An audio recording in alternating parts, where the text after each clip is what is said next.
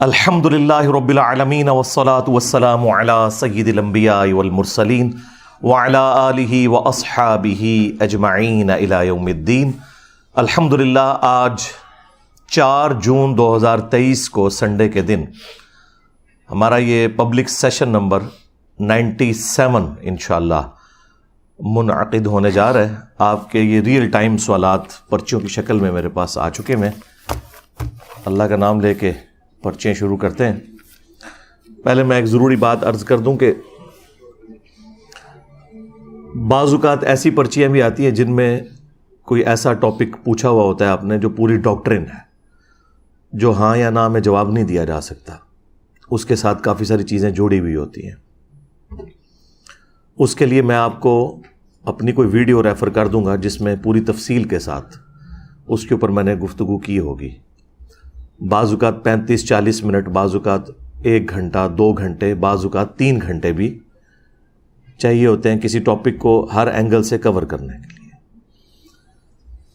ہماری کوشش یہ ہوتی ہے کہ ہم مخالفین کے دلائل بھی آپ کے سامنے رکھیں تاکہ آپ کو یہ پتہ چلے کہ اگر کسی نے یہ عقیدہ اڈاپٹ کیا ہے تو کس بنیاد پہ کیا ہے، بجائے اس کے کہ ہماری ویڈیو دیکھنے کے بعد آپ کسی دوسرے شخص کی ویڈیو دیکھیں جو بالکل 180 ڈگری بات کر رہا ہے اور پھر آپ آ کے مجھ سے کاؤنٹر کوسچن کریں۔ میں نے جتنی بھی ویڈیوز ریکارڈ کروائی ہیں تفصیلی، اس میں میں نے مخالفین کے ان دلائل کا بھی ذکر کر دیا ہے جو عموماً عام علماء کو پتہ ہی نہیں ہے، یعنی جو وہ سوچ سکتے تھے نا، ان ساری باتوں کے جوابات بھی میں نے ریکارڈ کروائے۔ اس کی وجہ یہ کہ میں جب بھی کوئی ٹاپک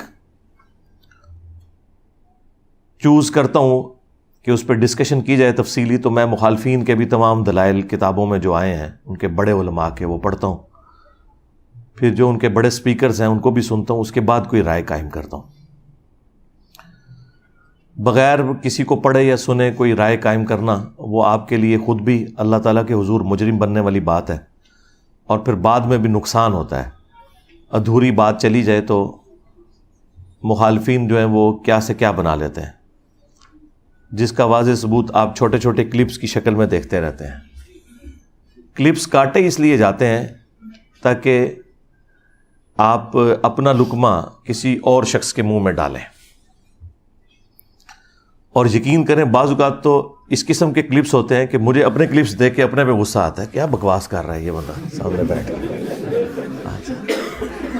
تو میں پھر وہ فیل کر سکتا ہوں کہ ایک عام آدمی کے اوپر کیا امپریشن جاتا ہوگا، لیکن اس کے بعد میں پھر اس پہ نہیں صرف رہتا، مجھے کوئی مخالف کا بھی ادھورا کلپ لا کے دے، یہ وقتی طور پہ دل میں خیال ضرور آتا ہے کہ بکواس کیا کر رہا ہے، لیکن میں کوئی رائے قائم نہیں کرتا جب تک کہ میں وہ پوری بات سن نہ لوں۔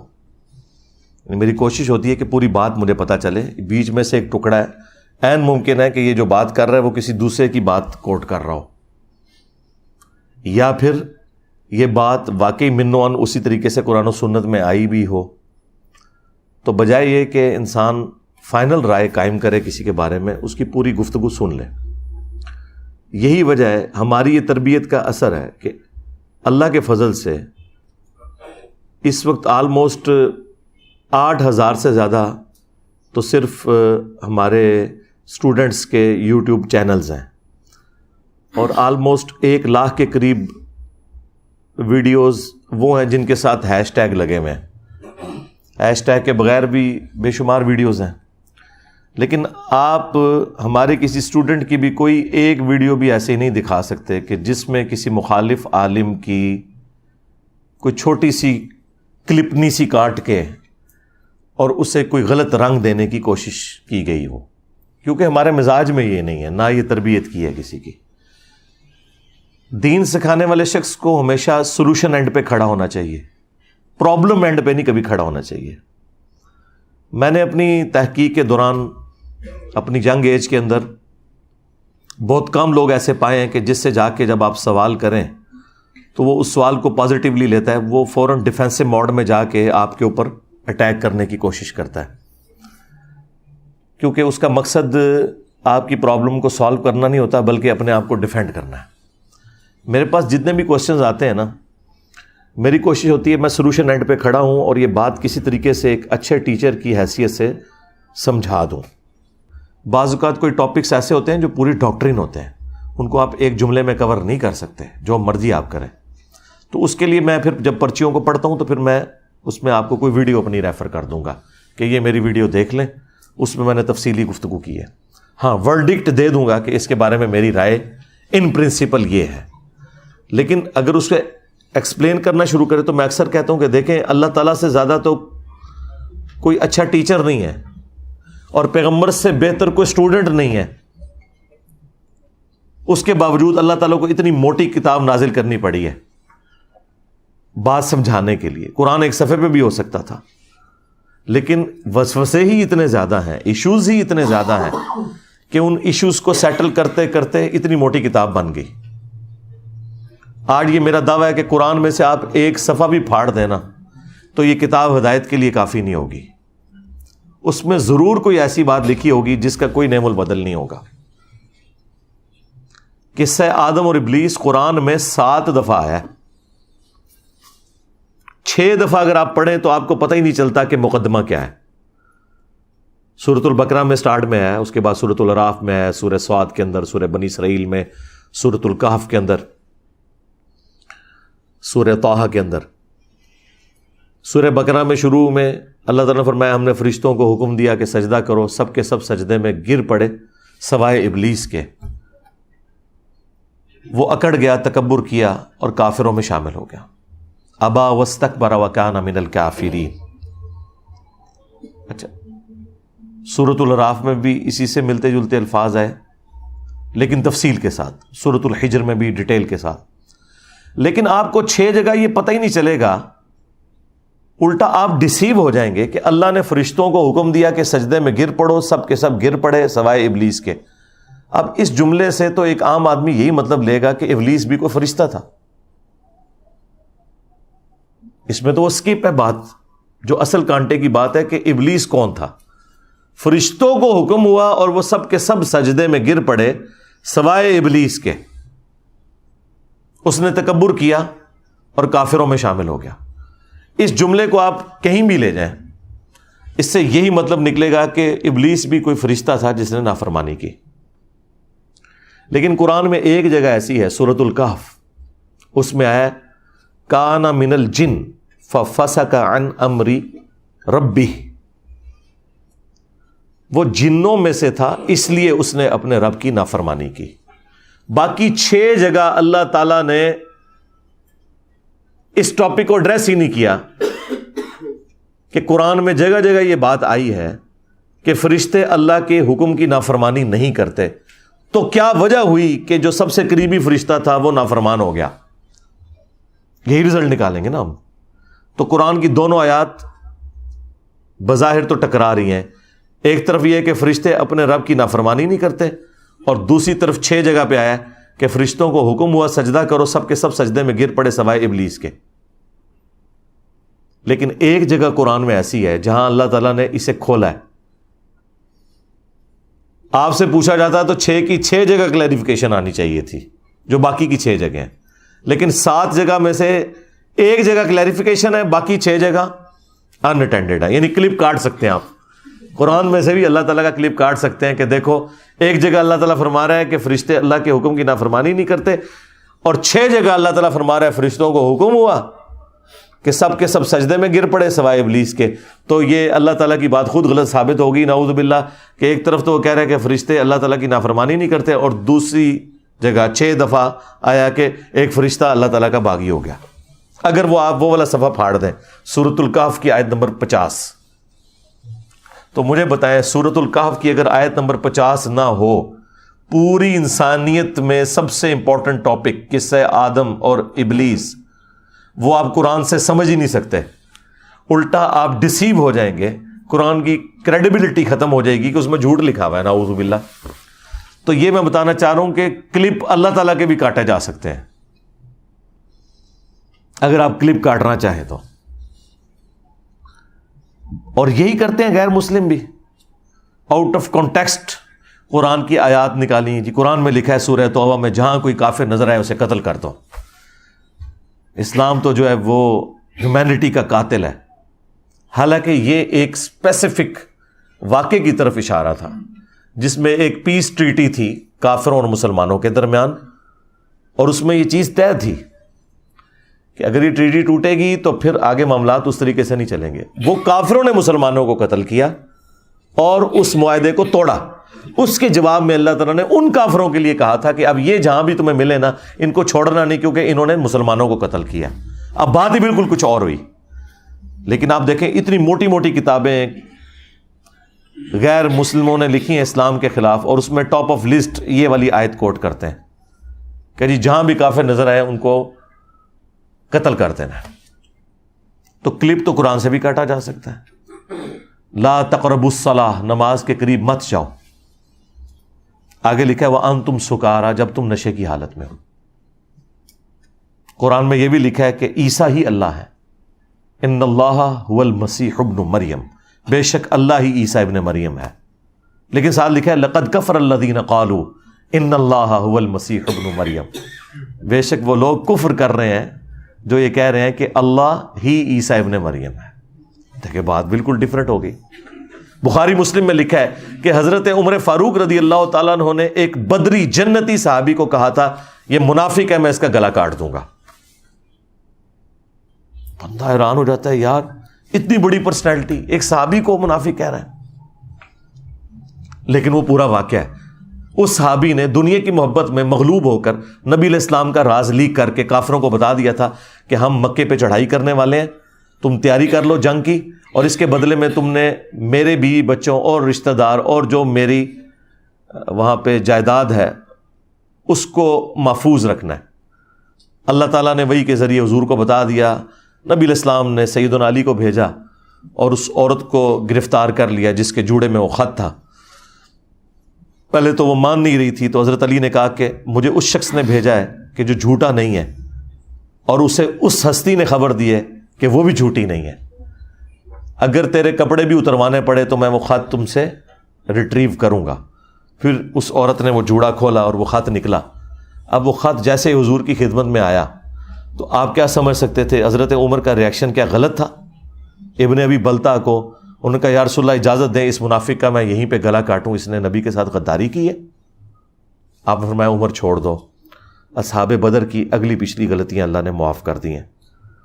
پھر قرآن میں سورہ ممتحنہ کے اندر باقاعدہ آیات نازل ہوئی اتنے سخت الفاظ کے ساتھ, وہ ساری ابن ابی بلتا کے بارے میں ہے کہ تمہارا ایمان مکمل ہی نہیں ہو سکتا جب تک کہ تمہارے لیے ٹاپ پرائرٹی اللہ اس کا رسول نہ ہو جائے, اور تم ایسے لوگوں سے دوستیاں گانٹ رہے ہو کہ جو اللہ اور اس کے رسول کے دشمن ہیں.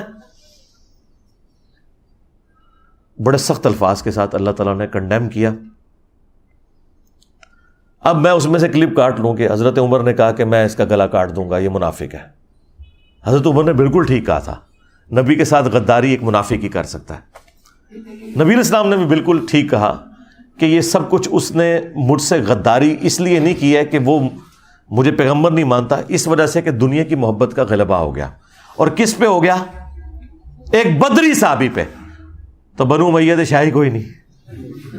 ہاں بدری جن کی اگلی پچھلی خطائیں معاف ہیں وہ بھی اپنے نبی کے ساتھ غداری کر جائیں. اس کا مطلب ہے کہ معصوم صرف پیغمبر ہوتا ہے, کوئی بڑے سے بڑا انسان معصوم نہیں ہو سکتا چاہے وہ صحابی کیوں نہ ہو.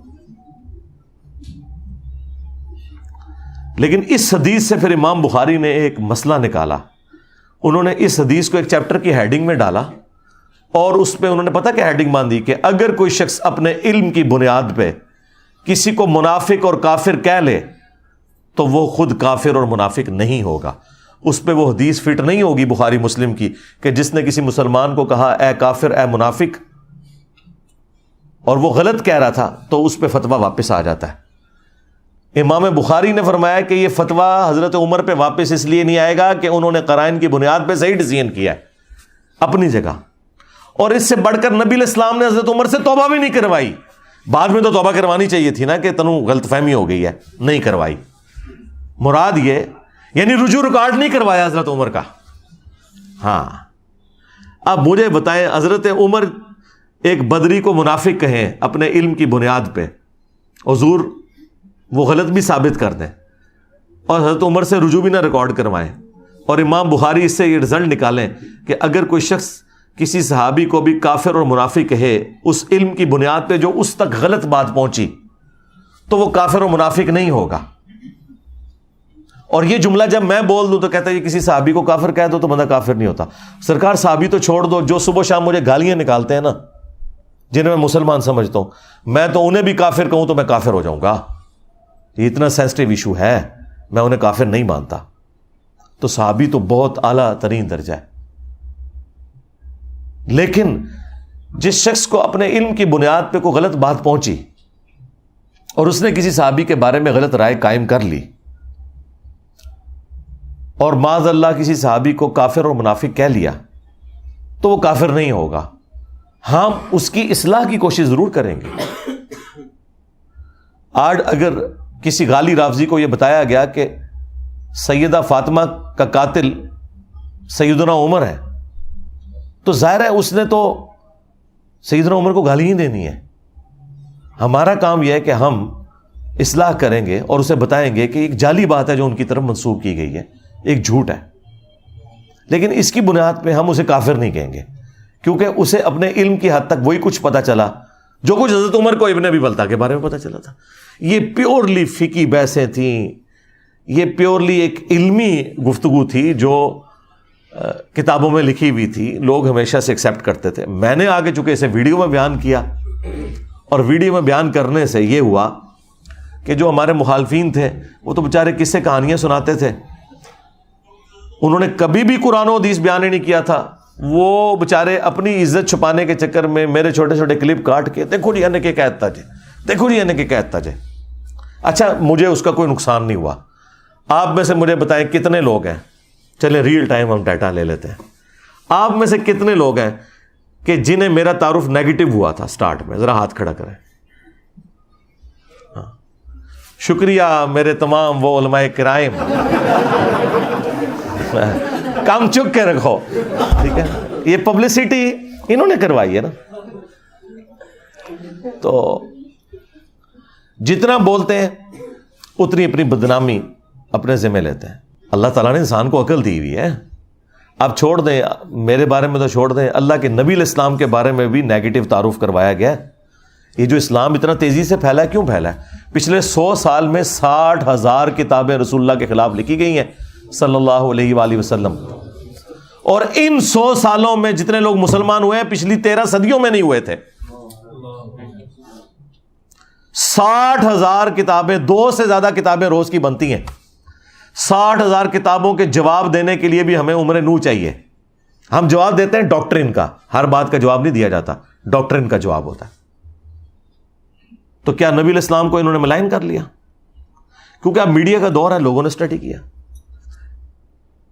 9/11 کے واقعے کے بعد ٹوئنس ٹاور کا جو اٹیک ہوا تھا 2001 میں, ہزاروں نہیں لاکھوں لوگ مسلمان ہو چکے ہیں. اسلام کا تعارف کتنا نیگیٹو انداز میں کروایا گیا, لیکن لوگوں نے اسلام قبول کیا. یار جن لوگوں کی ڈیوٹیاں لگی کہ تم نے نبی علیہ السلام کو ملائن کرنے کے لیے کتاب لکھنی ہے, اسلام کے خلاف کتاب لکھنی ہے, انہوں نے اسلام قبول کر لیا. یہ طاقت ہے نا. تو اسلام کی طاقت, سچائی کی طاقت اتنی بڑی ہے کہ اس کے آگے کوئی بند نہیں باندھ سکتا. تو ان لوگوں کا شکریہ جو اس طرح کی مخالفت کرتے ہیں. میں نے شروع میں یہ بات کی تھی کہ اگر آپ لوگ چاہتے ہیں کہ آپ کے فرقے 30-40 سال اور نکال دیں تو خاموشی میرے بارے میں اختیار کر لیں. جتنا بولیں گے اتنی جلدی آپ کے فرقے ختم ہوں گے, کیونکہ میں نے تو چپ نہیں رہنا. میں تو ہر بات کا جواب دوں گا اور میں اور ایکسپوز کروں گا. اب تو خیر باتیں ریپیٹ ہی کرنی پڑتی ہیں, آلموسٹ کوئی اعتراض بچا ہی نہیں دنیا کا جو میرے پہ نہ لگایا ہو. تو میں جواب دے چکا ہوں, اب تو مجھے جواب بھی دینے کی ضرورت نہیں پڑتی. پرانے کلپس ہی جوڑ کے ہمارے اسٹوڈنٹس خود ہی جواب دے دیتے ہیں. تو یہ کلپ کاٹنے سے مجھے کوئی نقصان نہیں ہوگا. بار بار مجھے قادیانی کہنا, اس میں سے کیا نکلا ہے؟ انہوں نے نقصان اٹھایا نا. قادیانی یہ کہتے رہے میں نے چشتی رسول اللہ, اشول رسول اللہ پڑھ کے انہوں نے چولہا لا کے رکھ دیتی ہیں. یہ اس کی وجہ سے ہی ہوا نا سب کچھ. تو انہوں نے نقصان ہی اٹھایا نا اس کی وجہ سے. جتنا پروپیگنڈا کرتے ہیں میں اتنا ہی پھر دلیری کے ساتھ آ کے نہ مقابلہ کرتا ہوں کہ یار یہ یوں نہیں، یہ یوں تھا. ایک ایک چیز کا آ کے جواب دیتا ہوں، کوئی لحاظ نہیں کرتا. ابھی وہ اگلے دن ایک مولانا صاحب نے ایک میرے خلاف کلپ چڑھایا ہوا اور گالیاں دیں. یقین کریں ہمارے اسٹوڈنٹس کو تو جو بیچارے جذباتی قسم کے ہیں نا، وہ ویڈیوز دیکھ کے غصہ آتا ہے. جو میرے ساتھ بیٹھنے والے ہیں نا، وہ میرے ساتھ بیٹھ کے ہنستے ہیں صرف ویڈیوز دیکھ کے. میں آج تک اپنے کسی میرے خلاف جتنی بھی گالی گلوچ والی ویڈیو ہے، مجھے کبھی بھی دیکھ کے نہ تو کبھی غصہ آیا نہ کبھی کوفت ہوئی ہے، بلکہ میری تو میمز ہی وہی ہوتی ہیں جس میں مجھے گالیاں نکال رہے ہوتے ہیں. کوئی مجھے تو مزہ آتا ہے کہ یار ان کے پاس اب کوئی چیز نہیں ہے سوائے گالیاں نکالنے کے. باقی اس چیز کا ضرور دکھ ہوتا ہے کہ ان کی کیا اسلامی تربیت ہوئی ہوئی ہے، وہ الگ بات، لیکن اس کا مجھ سے تو کوئی لینا دینا نہیں. تو اگلے دن ایک مولانا نے ایک ویڈیو چڑھائی ہوئی کہ انجینئر صاحب کے اندر ماں تے شاہی کوئی نہیں. اچھا اب اللہ کے بندو، مطلب یہ کوئی بات ہوئی ہوگی نا، اس کے کوئی شروع میں کوئی اول آخر کوئی بات ہوئی ہوگی، ٹھیک ہے. یہ بات تو اللہ کے نبی نے بات کی ہوئی ہے. بخاری مسلم دونوں میں حدیث ہے، تم میں سے کوئی شخص اس وقت تک مومن ہی نہیں ہو سکتا جب تک کہ میں اسے اس کے ماں باپ، اولاد، سب لوگوں سے بڑھ کر عزیز نہ ہو جاؤں. اسی کو میں نے ٹرانسلیٹ کیا کہ جہاں کہیں اللہ اور اس کے رسول کی بات آ جائے وہاں ماں باپ تو شاہی کوئی نہیں. آپ مجھے بتائیں، یہ تو حدیث ہے بخاری مسلم کی. اس کو ظاہر ہے میں نے اپنے انداز میں بیان کیا ہے نا. جو مفکرین ہوتے ہیں یا جو شعراء ہوتے ہیں وہ انہی باتوں کو ایک ڈفرنٹ فارم میں پریزنٹ کرتے ہیں، مطلب وہی ہوتا ہے. صحیح مسلم میں حدیث ہے کہ بے شک اللہ تعالیٰ اس کتاب کی وجہ سے بعض لوگوں کو عروج دیتا ہے اور بعض کو پستی کا شکار کرتا ہے. اور یہ چونکہ مضارع کا صیغہ مستقبل کو بھی کفایت کرتا ہے کہ اللہ قرآن کی وجہ سے کچھ لوگوں کو عروج دے گا، کچھ کو زوال دے گا. لیکن ڈاکٹر اقبال نے اسی حدیث کو ٹرانسلیٹ کیا ہے ماضی کے صیغے میں. وہ زمانے میں معزز تھے مسلمان ہو کر اور تم خوار ہوئے تارک قرآن ہو کر. یہ جواب شکوہ کا شعر. حدیث میں تو یہ نہیں تھا. حدیث میں یہ تھا کہ اس کتاب کی وجہ سے قوموں کو عروج ملے گا اور بعض کو زوال ملے گا. مستقبل کی خبر تھی. ڈاکٹر اقبال نے اسے ماضی کی خبر بنایا کیونکہ آج ہم مستقبل میں بیٹھے ہیں، ہمارے لیے تو ماضی ہو چکا ہے. ہمارے ساتھ جو کچھ ہوا، چاہے وہ ہمارے ساتھ تاتاریوں نے کیا یا کلونین پاورز نے کیا، ہم نے خواری تو کاٹ لی ہے. تو اسی بات کو ایک ڈفرنٹ انداز میں انہوں نے پہنچا دیا. کی محمد سے وفاتوں نے تو ہم تیرے ہیں، یہ جہاں چیز ہے کیا لوح و قلم تیرے ہیں. اس پہ جواب شکوہ کنکلوڈ ہوا ہے نا. دیکھیں مولویوں کی کوئی تقریر ڈاکٹر اقبال کے شعروں کے بغیر مکمل نہیں ہوتی. اور کہتے ہیں علامہ اقبال نے فرمایا. علامہ اقبال کو کہڑی ڈگری سی دسو. ہاں تمہارے بڑے بڑے مفتی علامہ اقبال کو کوٹ کرتے ہیں اور علامہ کہتے ہیں. علامہ تو وہ نہیں تھے، وہ تو ڈاکٹر تھے. فلسفی میں انہوں نے پی ایچ ڈی کی ہوئی تھی. دین انہوں نے اسی طرح حاصل کیا جس طرح میں نے. بہرحال میں نے تو الحمدللہ جس لیول کے اوپر آپ کے سامنے بیان کیا ہے، تو ڈاکٹر اقبال نے بھی ویسے بیان نہیں کیا کہ آپ کو آیات یا حدیث کے کوئی حوالے بتائے ہوں. لیکن ان والے تک علامہ اقبال کہنے نے انہوں تک کہنا چھوڑ دیں. کی محمد سے وفاتوں نے تو ہم تیرے ہیں، یہ جہاں چیز ہے کیا لوح و قلم تیرے ہیں. یہ اللہ کی طرف سے انہوں نے جواب دیا کہ اگر تو نے میرے نبی کے ساتھ وفا کی نا اے امت محمدیہ صلی اللہ علیہ وآلہ وسلم، پھر ہم تیرے ہو جائیں گے. اور یہ دنیا تو کوئی چیز نہیں، لوح و قلم پہ بھی فیصلے پھر تمہاری دعاؤں کے اوپر ہوں گے اگر تم میرے نبی کے وفادار رہے. اب یہ قرآن و حدیث میں ان الفاظ کے ساتھ تو کہیں بات موجود نہیں، لیکن پورے قرآن و سنت کی تھیم یہی ہے کہ کی محمد سے وفاتوں نے تو ہم تیرے ہیں، یہ جہاں چیز ہے کیا لوح و قلم تیرے ہیں. لہٰذا وہ حدیث کہ تم مومن ہی نہیں ہو سکتے جب تک کہ میں تمہیں تمہارے ماں باپ، اولاد، سب لوگوں سے بڑھ کر عزیز نہ ہو جاؤں، یہ حدیث پڑھ کے اس کی جب تھیم بیان کرے انسان ان لوگوں کو سمجھائے کہ جن کی مائیں کہتی ہیں کہ اگر تو نے داڑھی نہ کٹائی تو میں دودھ نہیں بخشوں گی، اور زبردستی وہ بچوں کی داڑیاں مڑوا کے اپنے لیے بھی جہنم کا سبب کرتی ہیں اور اپنی اولاد کو بھی جہنم میں دھکیلتی ہیں، اور اپنی بچیوں کا حجاب اتروا دیتی ہیں کہ اچھے رشتے نہیں ملیں گے، اور بعد میں بھی جو ملتے ہیں رشتے وہ بھی جو گند کھاتے ہیں بعد میں وہ بھی پتہ چل جاتا ہے۔ تو ایسے ماں باپ کو پھر ہم نہ سنائیں کہ ہم نے اللہ اور اس کے رسول کی بات ماننی ہے، تسی تے شاہی کوئی نہیں۔ ماں باپ کے ساتھ حسن سلوک کا حکم اللہ نے دیا ہے۔ اگر ماں باپ اللہ اور اس کے رسول کے باغی ہیں پھر ان معاملات میں ان کی بات نہیں مانی جائے گی۔ ہاں، دنیا میں معروف طریقے سے آپ نے چلنا ہے، ہیومن ڈگنیٹی وائلیٹ نہیں ہوگی۔ وہ تو سورہ لقمان میں آیا ہے کہ اگر وہ شرک کا کہیں تو تم نے نہیں بات ماننی، لیکن دنیا میں معروف طریقے سے چلنا ہے۔ اور صحیح بخاری میں حدیث ہے، حضرت ابو بکر کی ایک بیوی کافرہ تھی، اسما بنت ابی بکر کی والدہ، حضرت عائشہ کی جو بڑی بہن تھی، انہوں نے کہا کہ میری ماں میرے پاس آتی ہے اور وہ مشرکہ ہے، تو کیا میں اس کے ساتھ حسن سلوک کروں؟ تو اللہ کے نبی صلی اللہ علیہ وآلہ وسلم نے فرمایا کہ ہاں تم اس کے ساتھ حسن سلوک کرو۔ یعنی دنیا میں آپ نے معروف طریقے سے معاملات کو لے کے چلنا ہے، سیدھی سی بات ہے۔ اس طرح آؤٹ آف کانٹیکسٹ تو آپ جس کی بھی چیز کو کاٹتے رہیں، اس کا تو کوئی اینڈ ہی نہیں ہونا، آپ جو مرضی کرتے جائیں۔ لیکن آپ نے فرق دیکھا، ہمارے اسٹوڈنٹس یہ حرکت کسی کے ساتھ نہیں کرتے، اور ہمارے مخالفین کرتے ہی یہی ہیں، اور اپنا لقمہ اس کے منہ میں داخل کرتے ہیں، اور پھر کہتے ہیں جی جوڈیشری سے کیسز کیوں فارغ ہو جاتے ہیں۔ یار جوڈیشری میں جو لوگ بیٹھے ہوئے ہیں وہ ملوٹے تو نہیں ہیں، تمہارے بزرگوں کے عبادت گزار تو نہیں ہیں۔ جوڈیشری نے تو اپنے معاملات کو لے کے چلنا ہے، انہوں نے آئین اور قانون کے مطابق معاملے کو دیکھنا یہ بات اس طرح ہے یا نہیں ہے، اس کے بعد انہوں نے فیصلہ سنا دینا، ان کو تو اس سے غرض ہی کوئی نہیں ہے۔ تو یہ اسی لیے اس طرح کی آؤٹ آف کانٹیکسٹ چیزیں فارغ ہوتی ہیں کہ وہ باتیں ویسے ہوتی نہیں ہیں۔ اور دوسرا، ان چیزوں سے آپ کو یہ پتہ چل گیا کہ ہمارے مخالفین کے پاس نہ اب قرآن بچا ہے نہ سنت بچی ہے کہ وہ پیش کر سکیں ہماری مخالفت میں۔ پہلے بھی خیر کوئی نہیں تھے پیش کرتے، ابھی بھی کوئی تھوڑا بہت کوئی پڑھن پہ گئے تو وہ دی وجہ صرف یہ ہے کہ میں نے قرآن و سنت بیان کرنا شروع کیا، تو اب یہ جمعے کے خطبوں میں تیاری کرتے ہیں اور کوئی نہ کوئی قرآن کی آیت یا حدیث بیان کر کے کوشش کرتے ہیں کو پبلک کو بتائیں، ریفرنسز دیں نہ دیں ان کی اپنی مرضی۔ تھوڑا بہت کوئی ابھی علمی شغف بھی آیا تو ابھی آنا شروع ہے، اچھی بات ہے، ہم اسے اپریشیٹ کرتے ہیں، ایسے ہی ہونا چاہیے۔ تو اس لیے میں جب کسی ٹاپک کے اوپر بات کروں اور وہاں پہ تفصیلی جواب ریکوائرڈ ہو تو میں بتا دوں گا آپ کو کہ بھی فلاں ویڈیو دیکھ لیں۔ ہر دفعہ تو میں ہر جواب کو ریپیٹ نہیں کر سکتا، اس کا تو پھر ہم تو یہاں کئی دن بیٹھے رہیں گے سوالات کے جوابات کے لیے۔ ورڈک دینا یہ میری ذمہ داری ہے، پرچی پڑھ کے آپ تک بات صحیح طریقے سے پہنچانا۔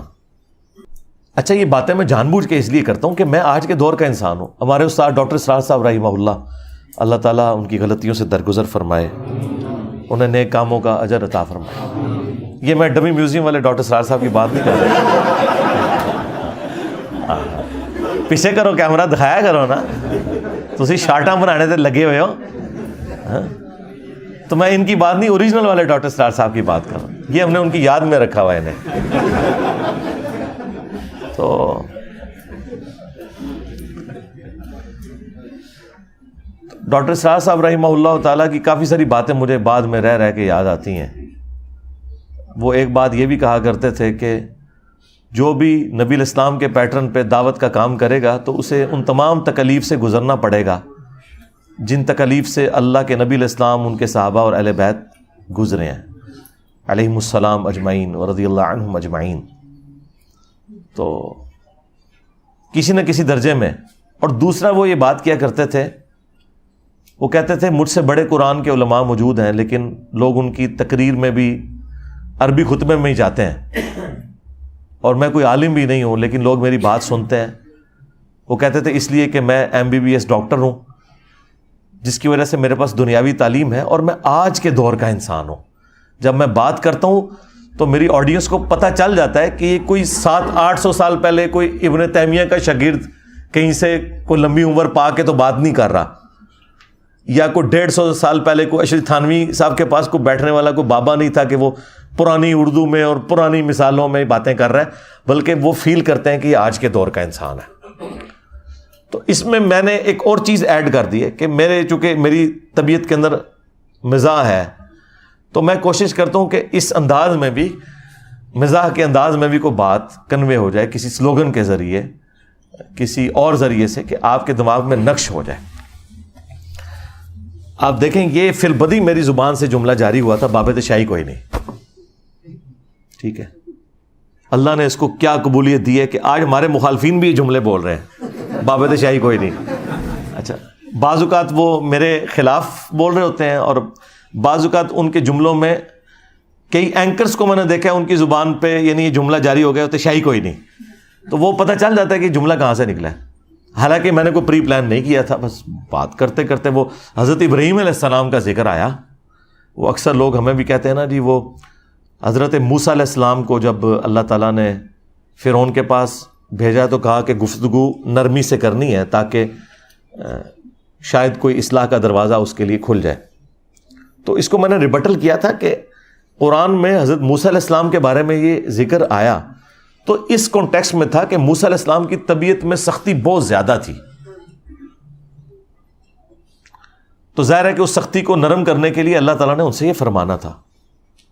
دوسری طرف ہم ہیں ابراہیمی، ابراہیم علیہ السلام کا ایٹیچیوڈ تو سورۃ الانبیاء میں آیا کہ جب ان کا باپ انہیں کہتا ہے نا کہ تو میرے بزرگوں کے خلاف ہو گیا ہے، تو وہ سیدھے ہو جاتے ہیں، انتم وآباؤکم فی ضلال مبین، تو بھی ابا اور تیرے سارے بزرگ بابے کھلی گمراہی میں تھے۔ اب ہم موسوی بنے یا ابراہیمی بنے، ہم تو دین ابراہیمی کے اوپر ہیں، ٹھیک ہے؟ تو ابراہیم علیہ السلام تو سیدھے ہو گئے۔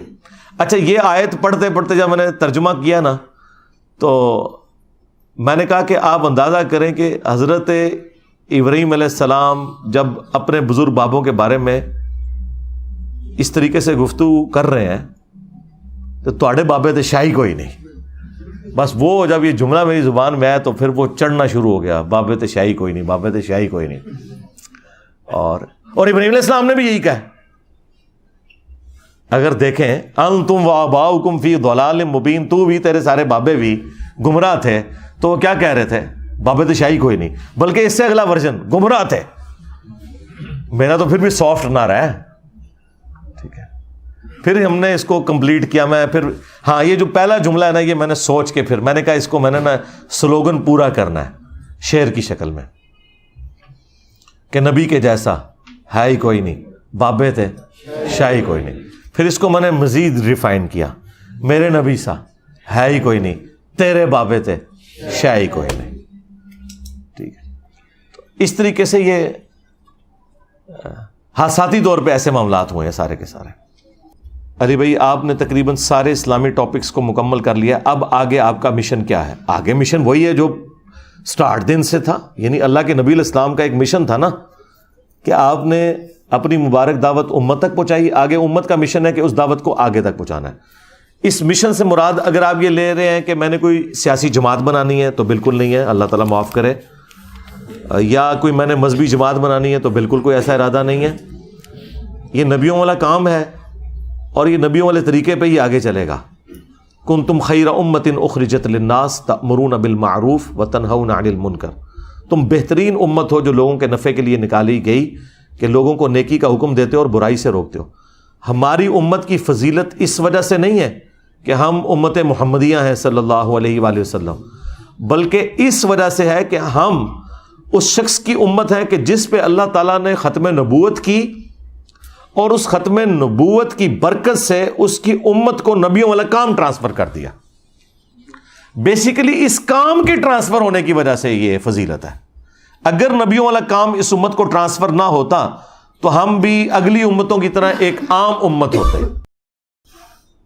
لیکن دیکھیں یہ خوش نصیب امت، بخاری مسلم میں آیا کہ قیامت کے دن بعض انبیاء اس حال میں اللہ کے حضور آئیں گے کہ کسی کے ساتھ صرف 4 بندے ہوں گے جو ان پر ایمان لائے، کسی کے ساتھ 3، کسی کے ساتھ 2، کسی کے ساتھ 1، اور کسی کے ساتھ 1 بھی نہیں ہوگا، اکیلا آئے گا کہ یا اللہ میں نے اپنی پوری کوشش کی، کسی نے بات ہی نہیں سنی۔ اب مجھے بتائیں، اگر انبیاء قیامت کے دن اس حال میں آ رہے ہیں تو وہ ہمارے اسٹوڈنٹس جو پریشان ہوتے ہیں کہ جی ہم نے بڑی کوشش کی, کوئی ایک بندہ بھی چینج نہیں ہوا. سرکار کوئی مسئلہ نہیں ہے. ہمارے استاد ڈاکٹر سرار صاحب کہا کرتے تھے جس نے کسی کو اللہ کے نبی کا پیغام پہنچا دیا, اسے ہدایت ملے نہ ملے اس کی اپنی ہدایت ہو گئی ہے, کیونکہ اس نے وہ جو 4 شرائط ہیں ان پہ عمل کر لیا ہے. الا الذین آمنوا وعملوا الصالحات, یہ بڑا آسان ہے. اگلی 2 مشکل ہیں, وتواصوا بالحق, حق بات کی وصیت کرنا, وتواصوا بالصبر, اس کے بعد پھر تکلیف تو شدنی چیز ہے, ڈیسٹنی میں مقرر ہے, اس پہ صبر کرنا ہے. تو جب آپ کسی کو دعوت دیتے ہیں, اس کے اگینسٹ آپ کو جو تکلیف اٹھانی پڑتی ہے, کبھی اس کی تیکھی باتیں سن کے اور کبھی ہلکی سی مایوسی چھا جاتی ہے کہ یہ بات کیوں نہیں سمجھ رہا, تو بس آپ کی وہ 4 شرائط پوری ہوگی, آپ اپنا جنت کا ٹکٹ کٹوائیں اور نکلیں. یہ آپ کے اپنے ٹکٹ کے لیے 4 چیزیں ضروری ہیں. آپ اختلافی موضوعات پر بہت زیادہ بولتے ہیں, لیکن ان کی نسبت آپ حقوق العباد پہ بہت کم بولتے ہیں. بالکل آپ نے غلط کہا. حقوق العباد پہ بھی جتنی ویڈیوز میری ہیں اور کسی کی نہیں ہیں. آپ نے چونکہ اختلافی موضوعات ہی سنے ہیں تو آپ کو پتہ ہی نہیں چلے گا. اب جنہوں نے ہدایہ وکٹری چینل یا ہدایہ پورٹل چینل سنا ہے نا, آپ ذرا ادھر نیچے جا کے لوگوں کے کامنٹس دیکھیں کہ علی بھائی کی ہمیں یہ بات بڑی پسند ہے کہ وہ کوئی اختلافی بات نہیں کرتے. ادھر یہ لکھا ہوا ہے نیچے. کیوں بھائی؟ جنہوں نے ممی ڈیڈی چینلز دیکھے ہوئے ہیں انہیں کیا پتا کہ یہ بھی مسئلے ہیں. ٹھیک ہے, اب مجھے بتائیں, نعمان علی خان ہے, ڈاکٹر ذاکر نائک ہے, ان بیچاروں کا سب کانٹیننٹ کے مسلمانوں سے کیا لینا دینا؟ یہاں تو ایک بندہ پوری کھونگ ہے. بندہ, مولوی تو چھوڑ دیں, مولوی تو ڈین ہے, بندے جڑے نے کھونگا نے. تو ادھر تو پھر میری جیسی بڑی ڈین چاہیے نا ان کے اوپر. ہاں, تو یہ ادھر کے مسائل ہیں. ٹھیک ہے, تو ادھر تو پھر یہی چیز چاہیے ہوگی. تو اس لیے میں ہر ٹاپک کو ایڈریس کرتا ہوں.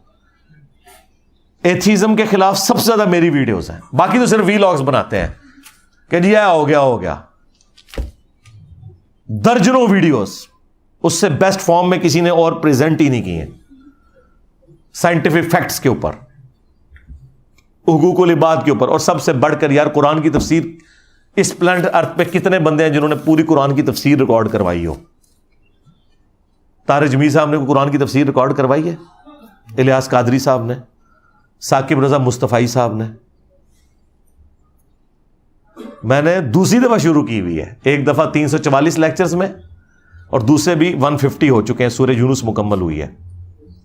ابھی تو صرف میں آپ کو یہ بتا رہا ہوں کہ میں نے کام کیا ہے. ابھی میں اگر اس کا کریٹیکل انالیسس کروں کہ باقی لوگوں نے تفسیر کیا ریکارڈ کرائی اور میں نے کیا مواد دیا ہے, تو وہ تو کمپیریزن ہی کوئی نہیں ہے. ہاں, میں جس طرح کراس ریفرنسز آیات کے, احادیث کے دیتا ہوں اور پھر تمام اختلافی موضوعات کے اوپر تفصیل سے بولتا ہوں, وہ ڈاکٹر سرار صاحب نہیں بولے, نہ ان کی کمپیٹنسی تھی, کیونکہ وہ کہتے تھے میں اختلافی موضوعات میں امی ہوں. لیکن میں نے ہر آیت جو کسی فرقے کی دلیل تھی, جب میں اس پہ آیا ہوں, میں پھر تفصیل سے بولوں کہ یہ آیت ہے, اس سے یہ رزلٹ نکالتے ہیں. میں اب آپ کو آپٹیمل سولوشن دیتا ہوں. اسی وجہ سے 344 لیکچرز میں ہوا نا, ورنہ 100 لیکچرز میں بھی پورا قرآن مکمل ہو سکتا تھا. تو ہر ٹاپک کے اوپر آپ ذرا حقوق العباد میں آپ وراثت کے قوانین لکھیں, وراثت کیلکولیٹ کرنے کا طریقہ, وراثت کی امپورٹنس, میاں بیوی کے جو حقوق ہیں, وومنز رائٹس ان اسلام, وہ آپ دیکھیں, میری ویڈیوز ہی کھلیں گی. ماں باپ کو اف تک نہ کہو, آپ یہ لکھیں, میری ویڈیو کھلے گی. تو یہ آپ کا موقف غلط ہے. ہاں, آپ کو جن لوگوں نے شیئر کروائی ہے ویڈیو کوئی, تو ظاہر ہے وہی والی کروائی ہوگی. تو اب رمضان کے مہینے میں ظاہر ہے روزوں سے متعلق ہی اگر کوئی آپ کو بات شیئر کرے تو آپ کو تو یہ لگے گا کہ شاید میں صرف رمضان کے روزوں پہ ہی بولا ہوا ہوں. تو ایسا تو نہیں ہے. ابھی تو آپ محرم آنے دیں تو آپ کو لگے گا کہ محرم پہ ہی بولا ہوا ہوں صرف. ٹھیک ہے نا. تو ہر ٹاپک پہ بات کی ہوئی ہے اللہ کے فضل سے, اب بے فکر ہے.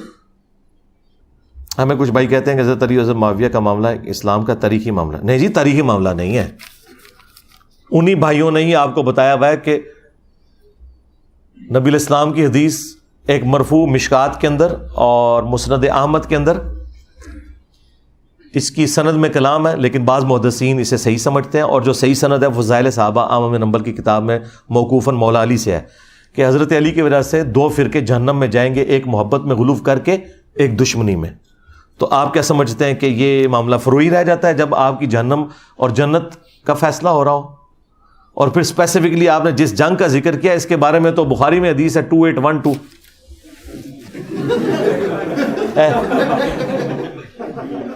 2812 تقتلہ الفئۃ الباغیہ یدعوہم الی اللہ ویدعونہ الی النار. افسوس ہے عمار، تجھے ایک باغی جماعت قتل کرے گی، تو انہیں اللہ اور جنت کی طرف بلائے گا، وہ جماعت جہنم کی طرف بلائے گی. بھائی جہاں پہ اتنی بڑی بڑی باتیں ہو رہی ہیں وہاں آپ کہہ رہے ہیں یہ تاریخی بات ہے صرف. ہاں اگر آپ ہسٹری کے پوائنٹ آف ویو سے کہہ رہے ہیں وہ تو قرآن بھی تاریخی کتاب ہے. ایک قرآن میں بھی تو تاریخ بیان ہوئی ہے. حضرت یوسف علیہ السلام ان کے بھائیوں کا جو واقعہ ایک تاریخ ہے گزر چکی، لیکن آج تک مثال دی جاتی ہے برادران یوسف کی کہ انہوں نے زیادتی کی، صحابی ہوتے ہوئے ایک نبی کے ساتھ زیادتی کی.